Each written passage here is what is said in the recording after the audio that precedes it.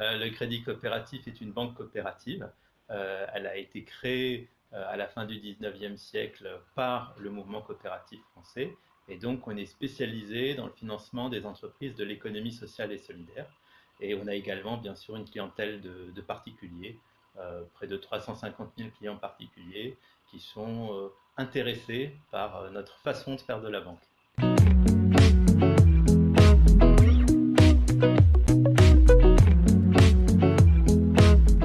En quoi c'est une banque différente, le crédit coopératif? Alors, comme je l'ai dit tout à l'heure, on est une banque coopérative, on est vraiment spécialisé sur le financement des entreprises de l'économie sociale et solidaire. Et derrière, et dans notre gouvernance, c'est-à-dire que quand on regarde le conseil d'administration de la banque, vous allez retrouver les fédérations de coopératives, de mutuelles, d'associations, donc la grande famille de l'économie sociale et solidaire. Et de ce fait, on est très impliqué dans ce secteur-là, et ça a des impacts aussi sur notre façon de faire de la banque. Il y a des secteurs d'activité, par exemple, qu'on refuse de financer. Donc ça, on a pris l'engagement de ne pas aller sur certains secteurs. On accorde aussi une grande importance à la transparence. On doit rendre des comptes à à nos sociétaires qui détiennent le capital de la banque. On n'a pas d'actionnaire au crédit coopératif, on appartient à nos sociétaires. Un des sujets, c'est d'expliquer finalement, parce qu'on a une grande attente là-dessus, qu'est-ce qu'on fait de l'argent qui est déposé au crédit coopératif. Et donc, on a développé des outils pour ça, un circuit de l'argent pour expliquer, parce que c'est vrai que dans l'esprit des gens, c'est assez opaque finalement, l'argent qu'on met dans la banque, à quoi il sert, qu'est-ce que la banque en fait. Et donc, on a vraiment développer ce travail de pédagogie pour expliquer ce que nous, on fait de l'argent qui est déposé chez nous. Alors, justement, quel est ce travail, quel est ce circuit? Donc, vous êtes une coopérative, Ouais, voilà, les décisions sont prises avec les sociétaires. ouais. Vous parlez qu'il y avait également d'autres circuits de décision sur les territoires en plus pour vraiment avoir une traçabilité là-dessus. Voilà, quel est le circuit, quels sont les circuits finalement du crédit coopératif pour Alors, tracer tout ça?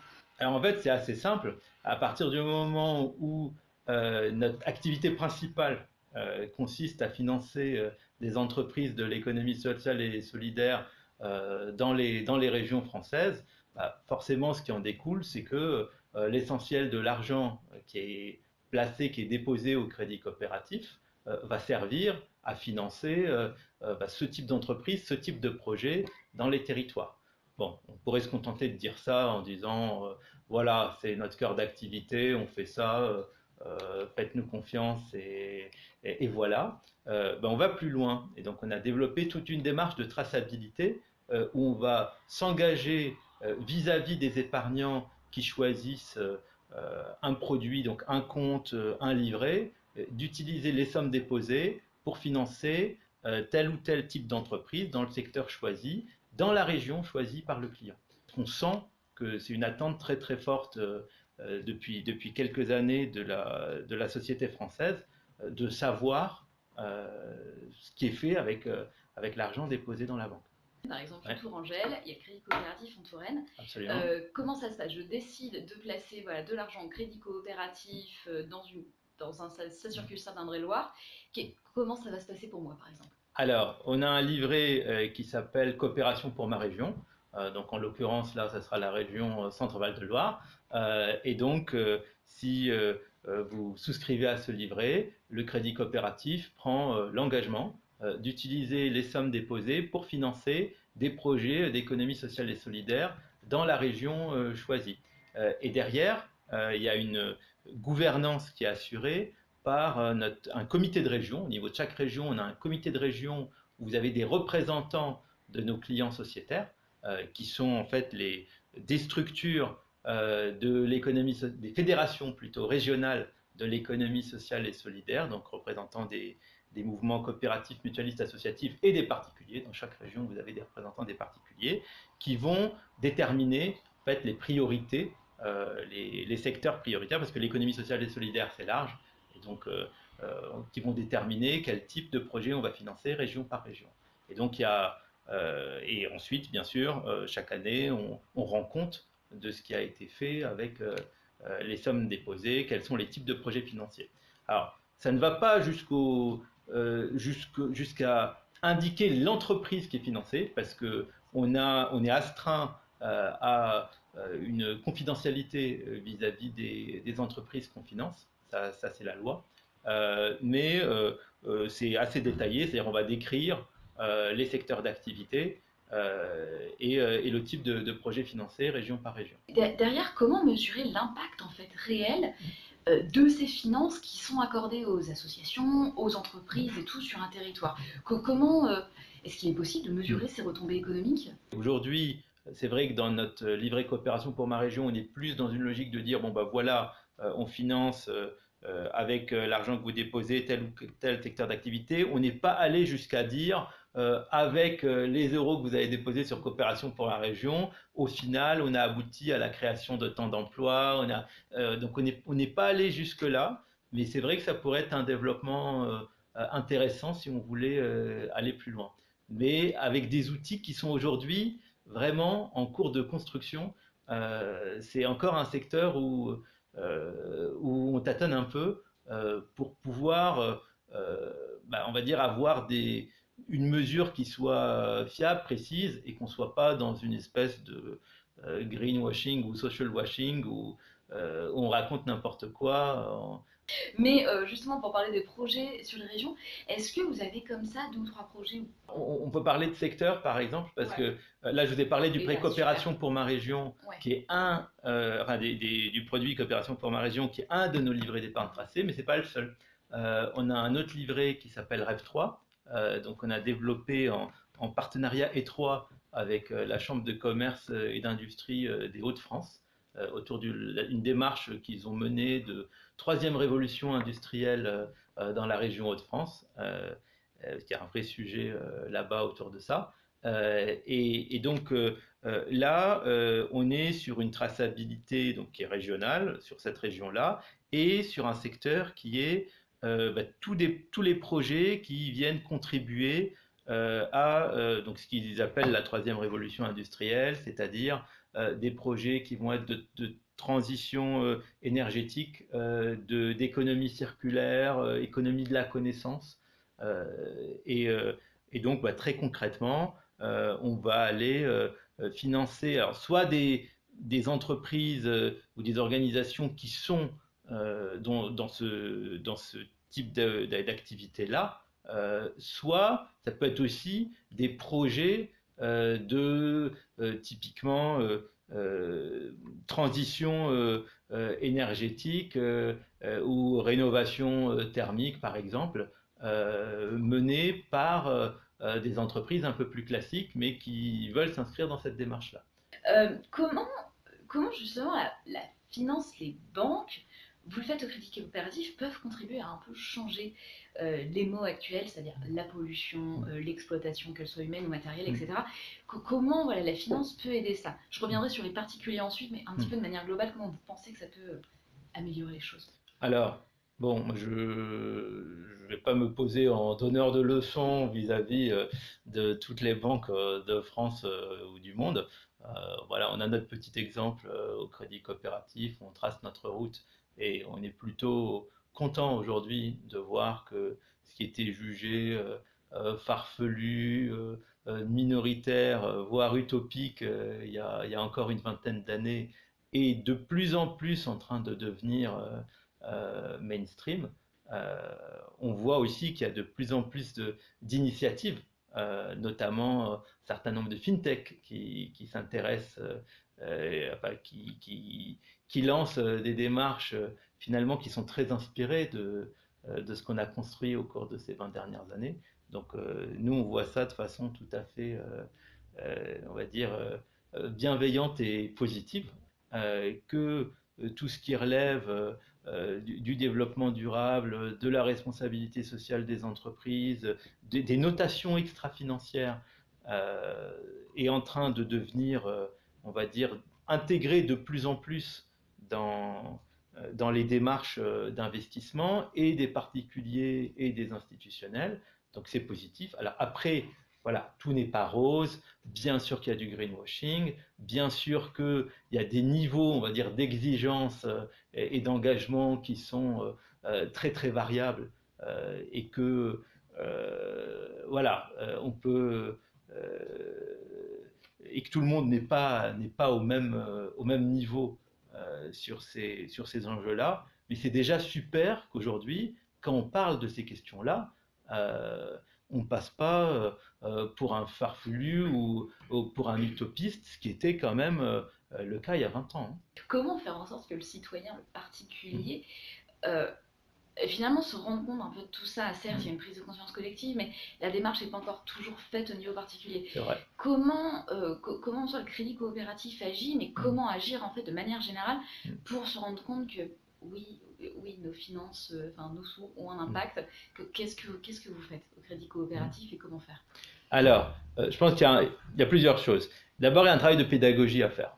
Après, moi, je dirais à la décharge de nos clients, les concepts sont nombreux, se recoupent parfois, et ça peut induire à la confusion entre voilà, l'économie sociale et solidaire, la finance solidaire, la finance à un impact, le financement participatif, la finance verte.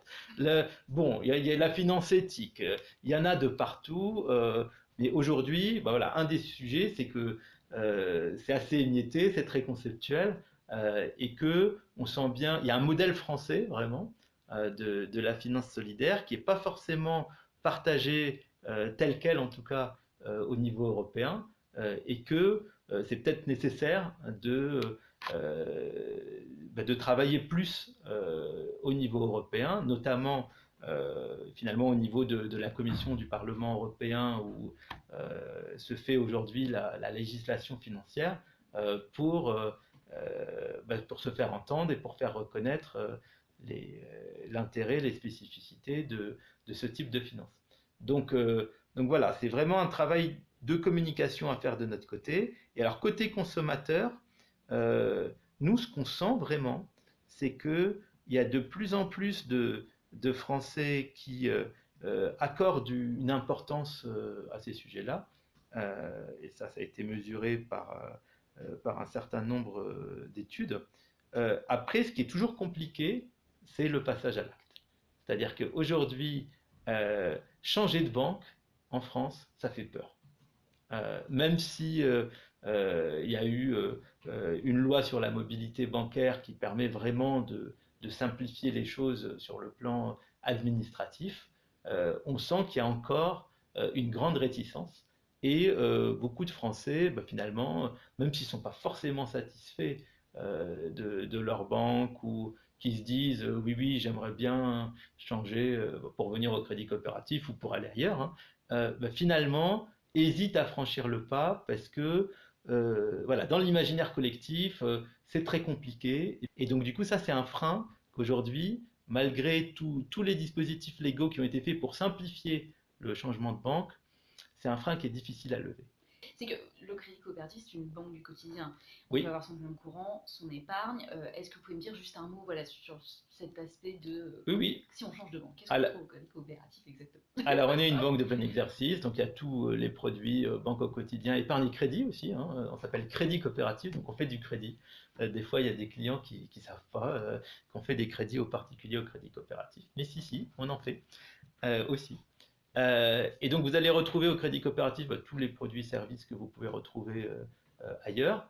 Sauf que ce qu'on a en plus, c'est vraiment notre démarche autour des produits solidaires et de partage. Donc, j'ai parlé pas mal tout à l'heure des produits de traçabilité, où il y a un engagement d'utiliser les sommes déposées par le client pour financer tel ou tel type de projet. On a aussi des produits solidaires, des produits de partage, où le client va pouvoir verser une partie de ses intérêts sous forme de dons à une des associations partenaires. Donc on a au total une cinquantaine d'associations partenaires.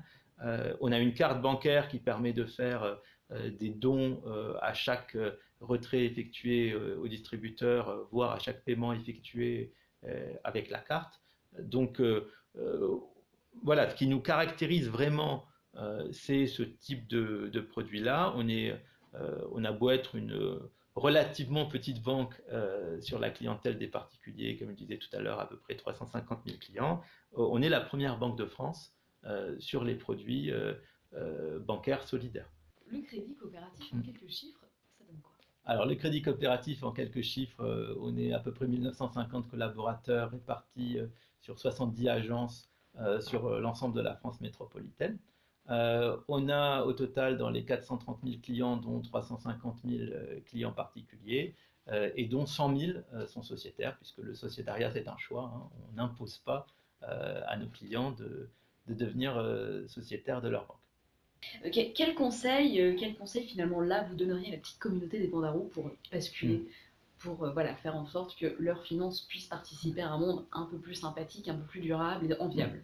Alors, le premier conseil que je donnerais, c'est de se renseigner.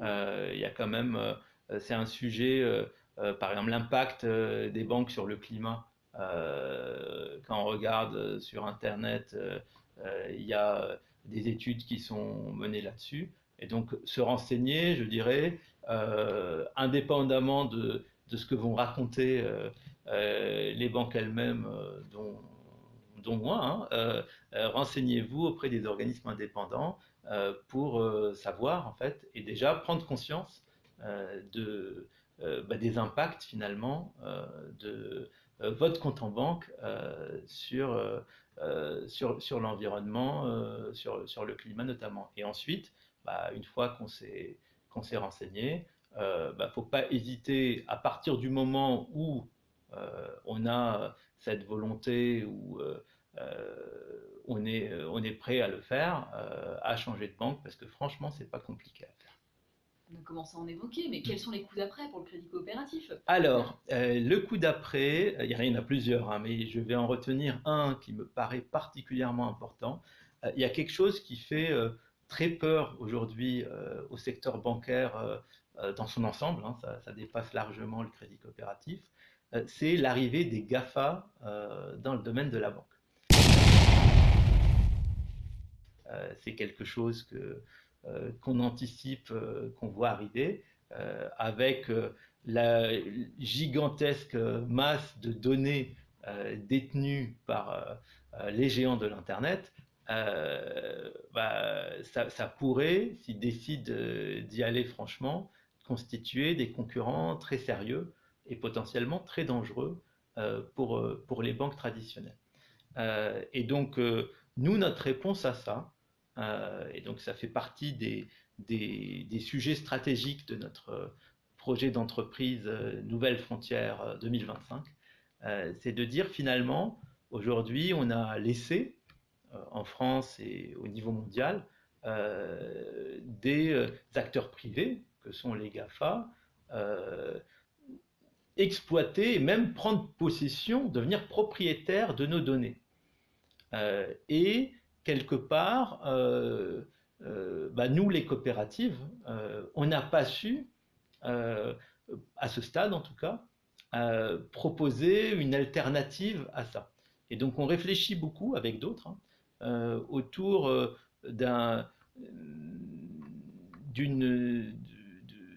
projet de coopérative de données, de dire finalement, plutôt que de donner comme ça des données à des acteurs privés, pourquoi ne pas finalement constituer une coopérative des données qui serait gérée dans le cadre d'une gouvernance coopérative et où on pourrait être, alors tout en partageant pour pouvoir avoir un effet de masse, on pourrait être copropriétaire où chaque personne, chaque entreprise, chaque particulier pourrait être copropriétaire de ces données dans le cadre de la coopérative. Et donc, voilà, ça c'est un stade assez conceptuel à ce stade, mais c'est vraiment pour moi un sujet très très important et très stratégique pour demain.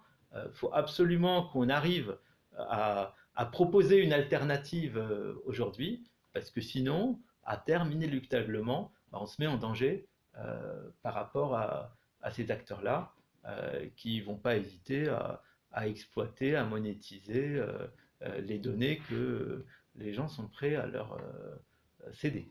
Et dans le cadre d'un modèle coopératif qui est intéressant, parce que ça permet finalement tout en restant pas tout seul dans son coin, là, de garder une emprise collective, hein, mais sur les sujets.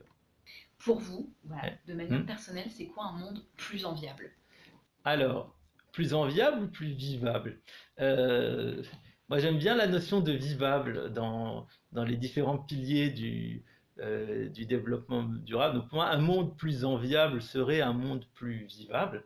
Là, très clairement, avec les enjeux liés au réchauffement climatique, enfin, si j'ai un peu parlé, on sent que l'humanité a un tournant, hein, et qu'il faut réagir.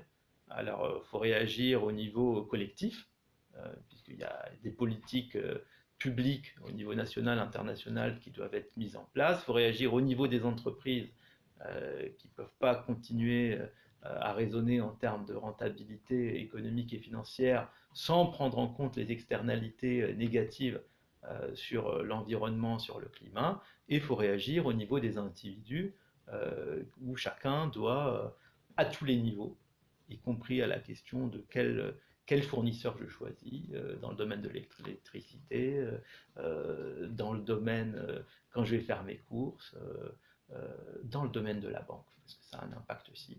Donc il faut qu'il y ait vraiment une prise de conscience, une mobilisation collective.